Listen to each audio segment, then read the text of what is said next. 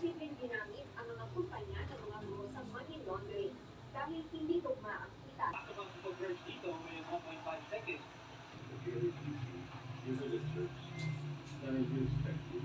How many daughters you have to pass over? Dire-diretso lang si Stockton sa basket. Tapos, itong si G. Olalo, umaago kasi ng maaga. So, nag-force kayo ng stop. Pero kung bago in-introduce ng rule din, 15 seconds ang ibibigay sa player na kailangan niyang makatayo when after he falls down.